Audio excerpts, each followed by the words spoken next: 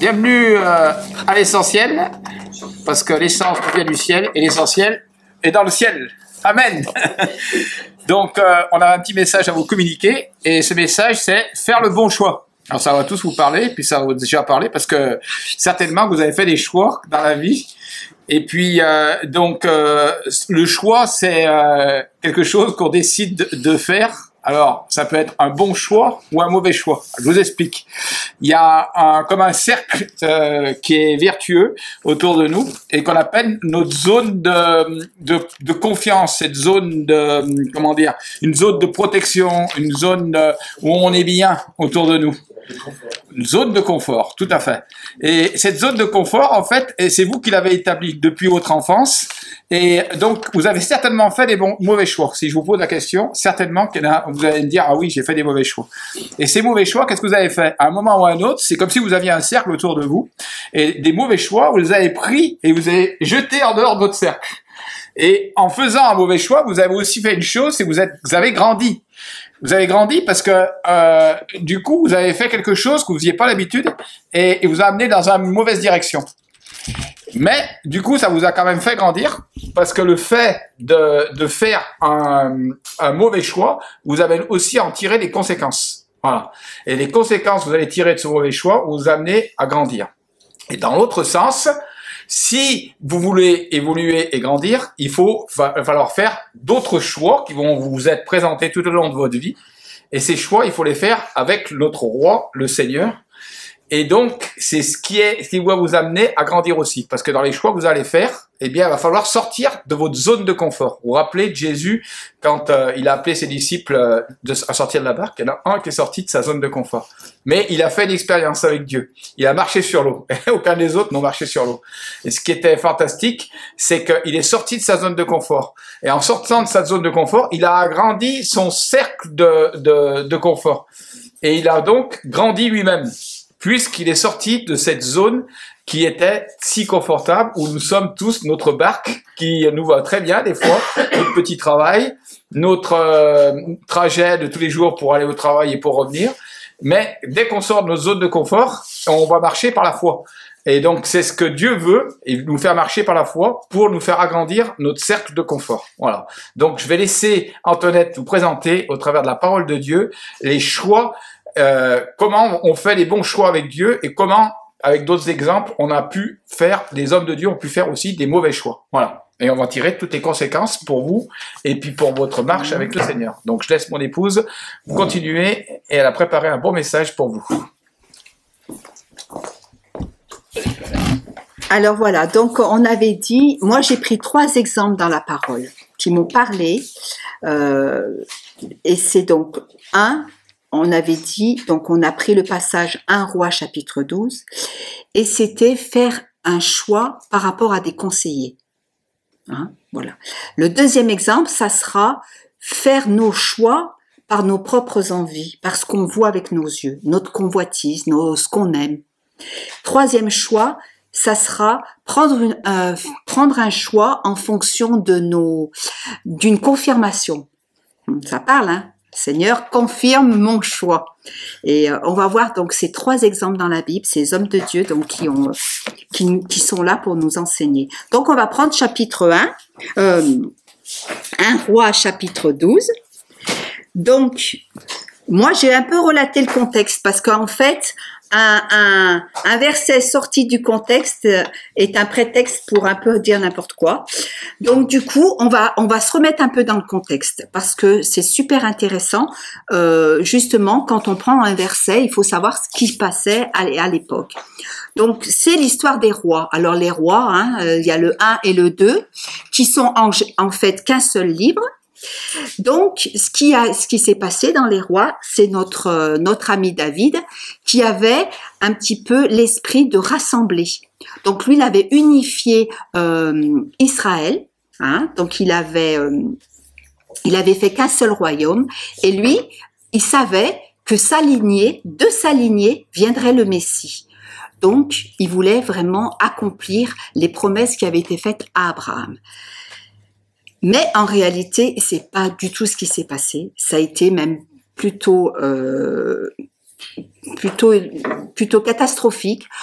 à cause de mauvais choix. Mais j'aime dire, c'est jamais trop tard avec le Seigneur. Et même si tu fais le mauvais choix, Dieu, il y a toujours un plan B avec le Seigneur. Même C, même D, mais F, G, H. Et tout. Avec Dieu, c'est jamais ton choix il est fini. Bien sûr, il y a des conséquences. Ça, c'est clair. Les conséquences, elles sont là. C'est comme une cicatrice. Tu la verras toujours, ta cicatrice. Elle peut ne plus te faire mal, mais la cicatrice y est. Et on voit que Dieu, quand même, était présent, même à travers ce mauvais choix. Donc, David, qu'est-ce qu'il fait? David, il meurt et il cède son autorité à son fils Salomon. Donc quand Salomon donc a été fait roi, bien sûr, c'était sur cet objectif: suis les commandements de Dieu, suis la Torah, crains le Dieu d'éternel, le Dieu éternel, crains-le, suis ses voies, suis ses commandements. Vous voyez, tout a été fondé là-dessus. Et en fait, on voit qu'il y en a plusieurs qui se sont un petit peu détournés de cela. Donc, du temps de David, il y a eu beaucoup d'assassinats. Bien sûr, politiques. On voit, quand dans le récit de David, il y a énormément de meurtres, d'assassinats. Et en fait, Salomon a dit, tiens, moi, je vais pas agir comme mon père, mais moi, je demande qu'une chose à l'Éternel. Je demande la sagesse pour conduire le peuple. Et en fait, qu'est-ce qu'il avait dit Dieu? Il a dit, vu que de ta main, David, il y a eu beaucoup trop de sang, c'est pas toi qui vas construire le temple, mais ça sera ton fils Salomon. Donc Dieu peut nous donner à nous, moi ça m'a fait penser à ça, parfois Dieu nous donne une vision, nous dit voilà, tu vas faire ça dans la vie, mais en fait, ça se passe pas forcément comme nous on l'a décidé, et c'est pas forcément nous qui allons le faire. Dieu donne une vision, tu as à cœur quelque chose, mais peut-être que toi tu vas le transmettre à quelqu'un. Peut-être ça sera pas toi, mais ça sera quelqu'un qui va faire lever cette vision. Et donc qu'est-ce qui se passe? Donc Salomon construit le temple, d'accord? Et ce qui se passe, on parle toujours de la sagesse de Salomon, mais Salomon il a mal fini, comme beaucoup d'hommes dans la parole. Donc à la fin du temple, Salomon, ça ne lui suffisait plus. Donc qu'est-ce qu'il a fait? Il a commencé à prendre des mauvaises décisions. Et ça, je vais faire un petit parallèle. Parfois, Dieu nous demande de faire quelque chose, de faire une œuvre, de monter un projet. Il te dit, tu fais. Toi, c'est ta mission, c'est ton appel. Tu sais que tu dois le faire. Mais parfois, on a tendance à vouloir faire autre chose, ou à faire plus, et là, certainement Dieu ne lui a pas dit à Salomon de faire toutes les constructions derrière. Parce que si ça avait été de Dieu, il n'y aurait pas eu tant de problèmes. Et donc, en fait, il a commencé à faire des compromis, à prendre des compromis au niveau des politiques. Il a commencé, Salomon, à vouloir grandir, faire des constructions. Et qu'est-ce qu'il a fait? On voit Salomon, il a eu des femmes et des concubines, il en a eu énormément. Et il a commencé, à aller vers les faux dieux, à aller dans les cultures étrangères, des cultes étrangers. Il a commencé à faire des choses qui étaient contraires à la loi de l'Éternel. Donc, Salomon, il devient puissant, il amasse beaucoup de richesses, et qu'est-ce qu'il fait? Il forme une armée, une énorme armée, pour réaliser tous ses projets à lui. Et il se détourne de la Torah, comme il avait été dit dans Deutéronome 17, lui il s'en détourne complètement, et jusqu'à sa mort, Salomon, il ressemble plus à Pharaon qu'à son père David. C'est ça qu'il faut savoir. Et donc, c'était un petit peu ce contexte-là. Et j'ai envie de dire, ce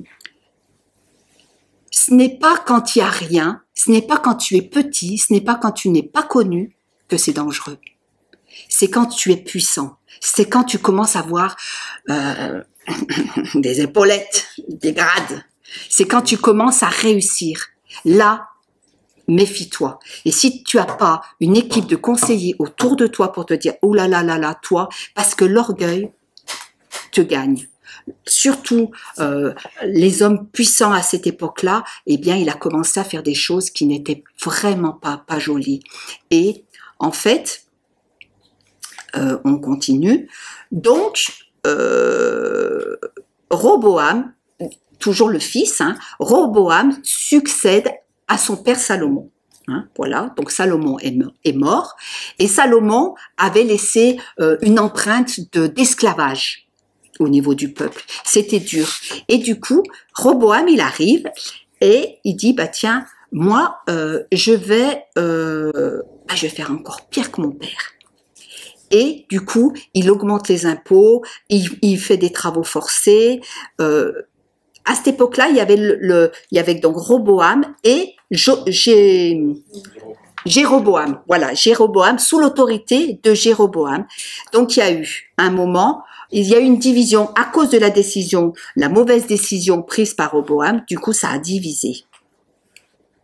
Donc, il y a eu au nord les 10 tribus de Jéroboam qui appelaient Israël, dont la capitale finira par être la Samarie. Hein.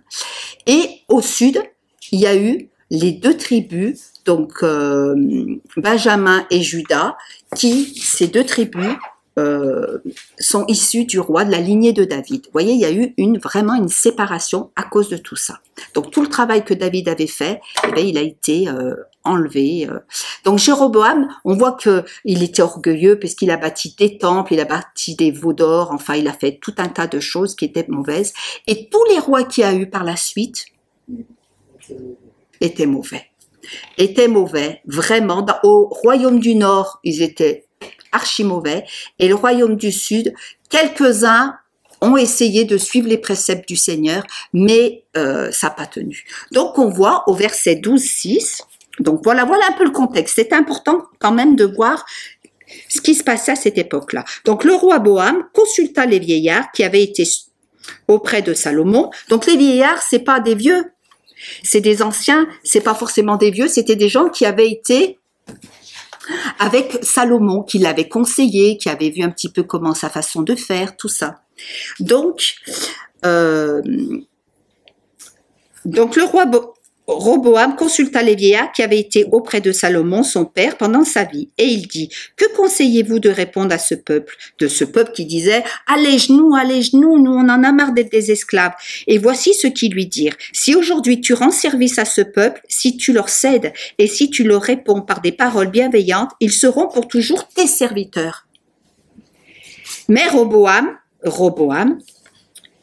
laissa le conseil que lui donnaient les vieillards et il consulta les jeunes gens qui avaient grandi avec lui et qui l'entouraient. Et il leur dit, que conseillez-vous de répondre à ce peuple qui nous dit d'alléger le joug?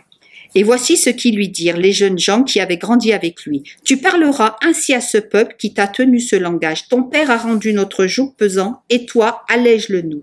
Tu leur parleras ainsi, mon petit doigt est plus gros que le rein de mon père. Maintenant, mon père vous a chargé d'un joug pesant, et moi je vous le rendrai encore plus pesant. Mon père vous a châtié avec des fouets, et moi je vous châtierai avec des scorpions. Voyez? Et du coup, qu'est-ce qu'il a fait? Eh ben, il a écouté le conseil des jeunes qui avaient grandi avec lui, qui avaient un cœur dur, qui avaient envie de gloire, qui avaient envie qui étaient remplis d'orgueil et qui étaient, on va faire ça. Et du coup, il s'est laissé complètement manipuler. Mais bon, on est manipulé parce qu'on a au fond du cœur. Hein. Moi, je dis souvent, les conseillers sont pas les payeurs. Hein. C'est pas un verset, ça. Mais c'est vrai. Si donc le conseil de sagesse, de rends-toi serviteur de tes frères, ben lui à l'intérieur, ça lui plaisait pas. Lui, ce qu'il avait envie, ce qu'il a entendu du conseil des jeunes, c'était au contraire, soit le maître, soit le maître de ces gens, et tu vas encore plus leur rendre la vie difficile. Et c'est ça, c'est surtout qu'est-ce que tu as au fond du cœur. Donc toute personne doit s'entourer de conseillers, d'une équipe. Et au verset 7, on voit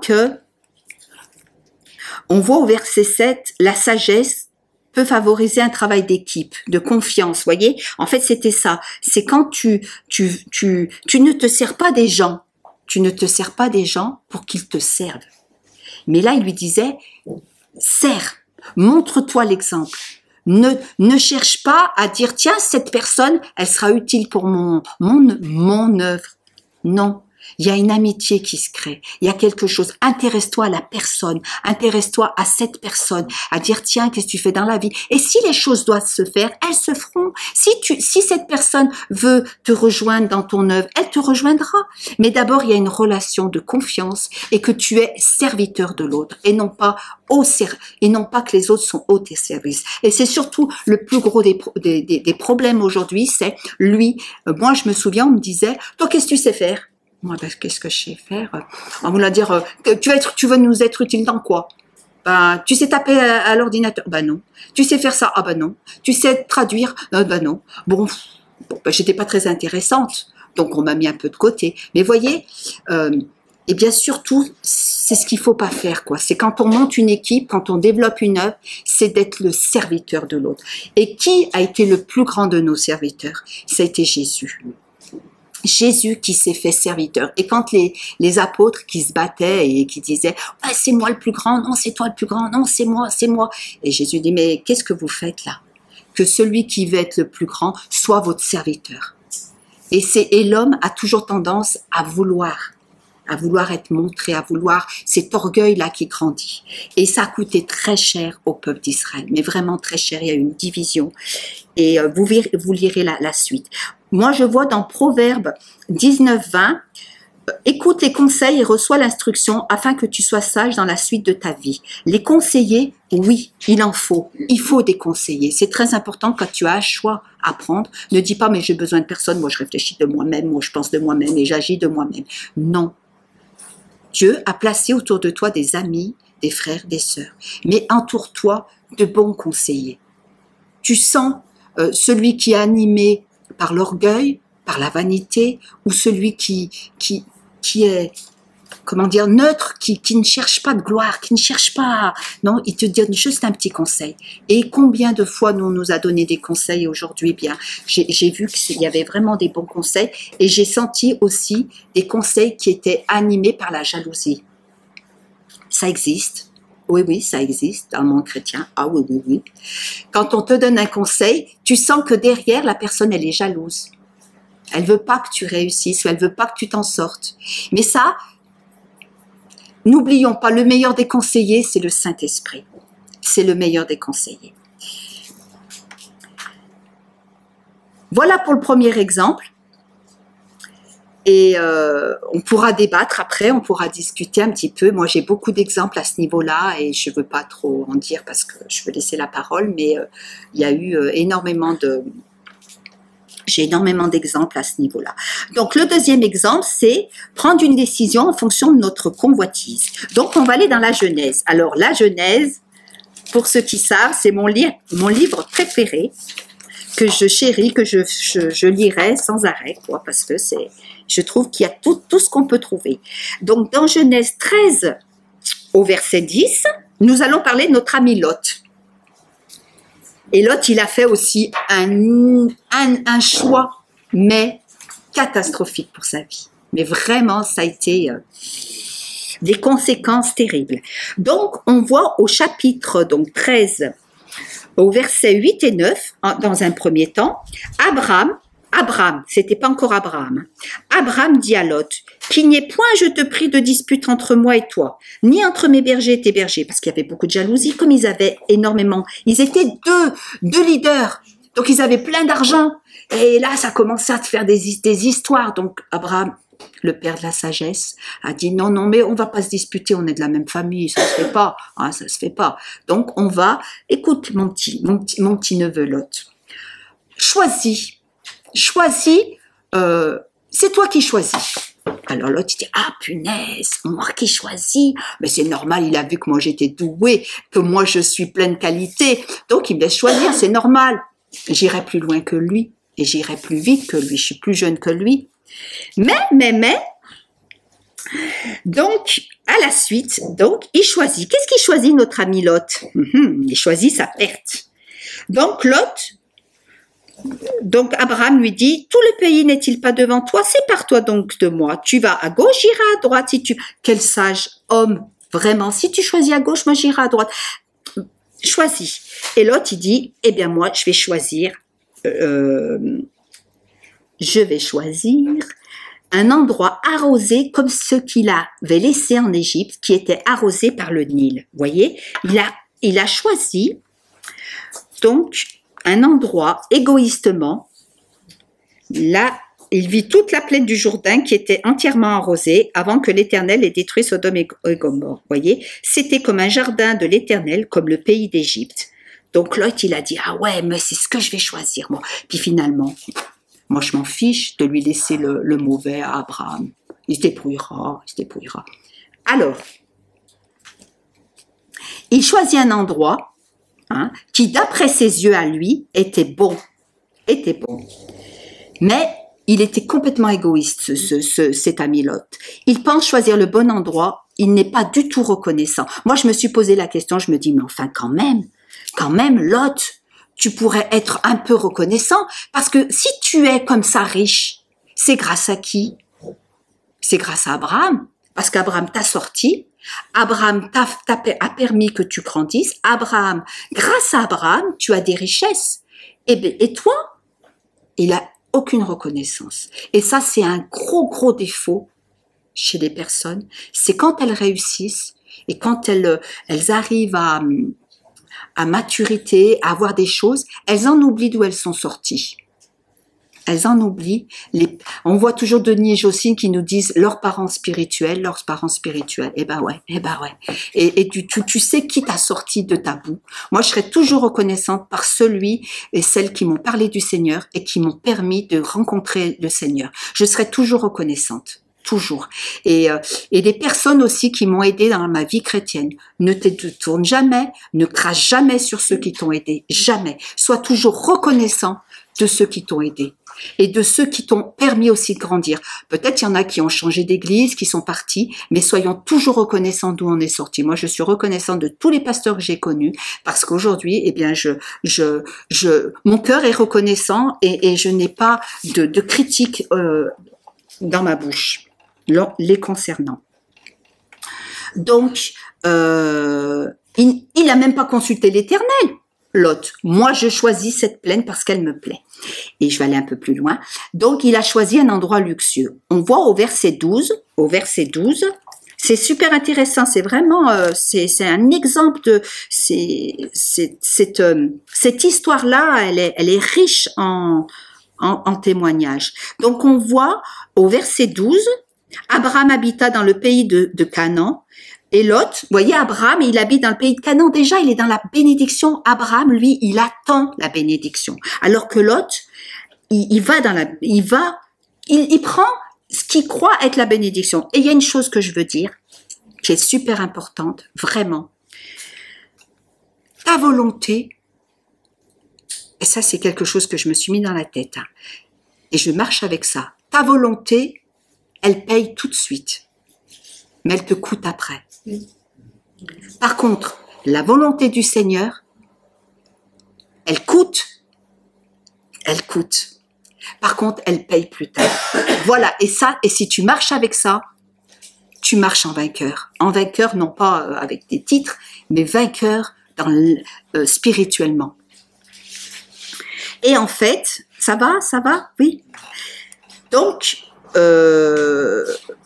au verset 12, il s'établit parmi les gens méchants et pécheurs contre l'Éternel. Et on voit, les gens de Sodome étaient méchants et de grands pécheurs contre l'Éternel. Et le verset du haut, oui, quand il dit « Et Lot habita dans les villes de la plaine et dressa ses tentes jusqu'à Sodome ». C'était pas prévu qu'il aille à Sodome. C'était pas prévu. C'était prévu qu'il s'implante avant. Mais lui, il a commencé à dresser. Pourquoi? Parce que lui, déjà, il avait autre chose dans son cœur. Il voulait s'étendre, il voulait grandir, il voulait, quitte à faire des compromis, il s'en fichait. Il disait, moi, je veux réussir dans la vie. Moi, je veux des sous. Moi, je veux réussir. Et il y avait que ça qui l'intéressait. Et ça lui a coûté beaucoup de choses. Donc, on voit au chapitre 19, un peu plus loin, parce que ce qui se passe après, on voit que Lot, il a des problèmes. Et en fait, Abraham, après il devient Abraham, mais Abraham vient le sortir d'affaire, il le délivre. Vous voyez, il lui en tient pas rancune. Soyons toujours avec ce cœur d'Abraham. Il lui en tient pas rancune. Il lui a pas dit, mais débrouille-toi. Tu as voulu choisir ça? Tu te débrouilles. Tu te casses la figure, c'est pas mon problème. Non, soyons pas comme ça. Même si la personne, tu lui as conseillé un choix, tu lui as dit, tu sais, tu fais comme tu veux. Mais tu vois, si tu choisis ça, il t'arrivera ça. Mais si tu choisis cela, eh bien, tu vois. Et si la personne se casse la figure, arrêtons de dire, je te l'avais dit, t'as vu, je te l'avais dit. Ah, non. Mais soyons comme Abraham. Allons le secourir. Il est allé secourir Lot, alors que Lot, il lui a tourné le dos quand même. Petite parenthèse. Donc, au chapitre 19, vous voyez, que des passages de la Bible. Au 19-32, qu'est-ce qui se passe? Eh bien, donc on voit qu'il y a eu Sodome et Gomorrhe ont été détruits, sa femme elle a été en statut de sel, enfin on voit tout ça, et Lot qui quitte Tsoar pour aller dans les montagnes, et là il y a ces deux filles, et ces deux filles avec une bonne idée, tiens, eh bien viens, faisons boire du vin à notre père et couchons avec lui afin que nous conservions la reste de notre père. Bah oui, c'est un moyen comme un autre, hein. Mais vous voyez, ça c'était interdit dans la loi des Lévitiques. Tu ne coucheras pas avec ta parenté. C'était interdit. Voyez la conséquence de Lot d'aller habiter, d'aller d'étendre ses tentes à Sodome, alors qu'il savait. Mais qu'est-ce qu'il y a eu? Pourquoi en fait il est devenu comme ça? On voit aussi au chapitre, donc chapitre 1 toujours, 19. J'ai pas mis le verset, mince. On voit que Lot est devenu une autorité de Sodome en raison de son attachement aux richesses. Oui, 19.1, pardon. 19.1. Là, on voit, les deux anges arrivèrent à Sodome sur le soir et Lot était assis à la porte de Sodome. Quand il y a ce passage dans la Bible qui dit « tu étais assis à la porte », c'est que tu étais d'une grande autorité, que tu siégeais avec les grands pour prendre des décisions. Donc Lot, il a réussi. Il était avec les hommes politiques de la ville. Et du coup, il est arrivé à ce qu'il voulait. Parce que Lot était attaché aux richesses de ce monde. Donc, il a été obligé de faire des compromis pour se faire accepter des gens de Sodome. Il grandit en influence, mais au verset 14 de toujours de 19, il a grandi en influence, Lot. Ouais. Ah ouais, ça c'est clair. Aux yeux de Sodome, il était grand. Par contre, il a perdu toute crédibilité au niveau de sa famille. Pourquoi on le voit où ça? Eh bien, on le voit au verset 14. Lot sortit et parla à ses gendres qui avaient pris ses filles. « Levez-vous, dit-il, sortez de ce lieu, car l'Éternel va détruire la ville. » Mais aux yeux de ses gendres, il parut plaisanter. Il n'avait plus du tout de crédibilité dans tout ce qu'il avait fait. Ah, tu peux avoir la gloire, hein, tu peux grandir, tu peux amasser des richesses, mais si tu perds ta famille, et lui, il avait tout perdu. D'ailleurs, sa femme, il risquait pas de la revoir. Hein. Alors, on voit Abraham et Lot sont deux personnages complètement différents. Donc, ils sont issus de la même famille, d'accord? Ils sont dans la même galère, ils sortent des mêmes circonstances, et en fait, ils ont grandi, et là, ils ont amassé des richesses, et sont devenus, c'était des hommes justes, tous les deux, d'accord? Mais avec deux caractères différents. L'un attendait les promesses du Seigneur et avait la sagesse, Abraham, l'esprit du Seigneur, il respectait les commandements, et l'autre avait laissé ça pour les richesses. Et dire, moi je prends cette décision, vous voyez, il a fait un mauvais choix, un très très mauvais choix. C'était terrible, terrible, terrible. D'ailleurs, on voit après ses filles, les descendants moabites, enfin tout ça, il y a eu vraiment, vraiment, vraiment des choix, mais catastrophiques, quoi. Et Lot, eh bien lui, il était animé par ses choix, par sa convoitise, par moi, son égoïsme.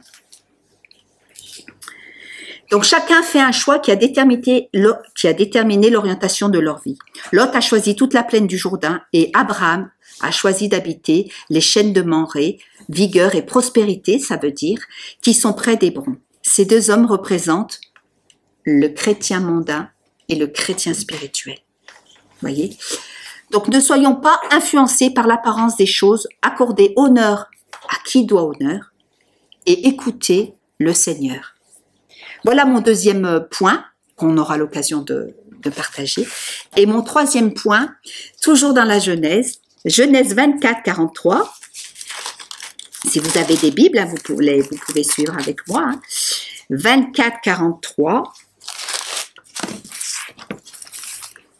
Jacob, il dit, je ne veux pas que mon fils bien-aimé épouse une fille d'ici. Donc tu vas aller dans le pays, dans mon pays, et tu vas aller chercher une femme pour mon fils. Et Eliezer dit, waouh, et si l'Éternel fera réussir ton projet, fera réussir ton voyage. Ah bah dis donc, vous vous rendez compte le truc quoi. Hein. Donc Eliezer, il arrive dans ce pays, et en fait, lui, il fait ses choix avec une confirmation. Combien j'ai utilisé cette façon de prendre mon choix. Alors, excuse-moi, c'est Abraham. Puisque Jacob. Oui, oh là là, excuse-moi. Puisque c'était sa richesse allait partir à Eliezer et Dieu lui dit. Merci Sandra, merci. Oh là là, c'est pour ça que j'ai besoin de vous. Oui, oui. J'ai pas marqué tous les noms parce que je confonds un peu les noms. C'est terrible. Je connais les histoires, mais les noms des fois. Et donc, du coup, Eliezer, il arrive et il dit. Voici, je me tiens près de la source, verset 43, et que la jeune fille qui sortira pour puiser, à qui je dirai, laisse-moi boire, je te prie, un peu d'eau de ta cruche, et qui me répondra, bois toi-même, et je puiserai aussi pour les chameaux, que cette jeune fille soit la femme que l'Éternel a destinée au fils de mon Seigneur. Avant que j'ai fini de parler, en mon cœur, voici Rebecca est sortie, sa cruche sur l'épaule, elle est descendue à la source et a puisé. Je lui ai dit, donne-moi à boire, je te prie. Elle s'est empressée d'abaisser sa cruche au-dessus de son épaule et elle a dit, j'en donnerai aussi bien aussi à tes chameaux. Mais ce qu'il faut se dire, c'est que c'était pas un seau. C'était des litres et des litres et des litres. Mais du coup, il dit, mais attendez, Eliezer, lui, dans son cœur, il devait choisir une femme pour son Seigneur. Et il devait la prendre. Pourquoi il lui demande ce signe-là? Parce que ce signe-là avait un rapport avec le caractère de Rebecca. C'est-à-dire que si Rebecca a dit ben, « je donnerai aussi à tes chameaux », c'est que derrière, c'était une femme qui avait un cœur humble et qui était serviable et qui était la femme destinée pour son Seigneur, voyez. Et du coup, eh bien, moi je dis choisir, faire ses choix en fonction de confirmation, c'est bien, mais il faut pas que ça. C'est aussi faire attention quand on a des choix de dire, eh bien Seigneur, s'il y a une voiture verte qui passe, eh ben c'est bon, je prends ce travail. Non, non, non, non, non, non. Sûrement pas. Mais c'est vrai que là, attention, là, c'était quand même important. C'était de la lignée. De là viendrait le Messie. Hein, donc, on ne prenait pas n'importe quoi comme décision. Mais c'était vraiment, on peut prendre un choix en fonction aussi d'une confirmation. Moi, j'en ai demandé. J'ai demandé des signes au Seigneur par rapport à ça. Et bien, c'est vrai que ça a été un choix que j'ai pris à cause ou grâce à la confirmation. Mais je dis encore une fois, il faut pas faire que ça. Voilà.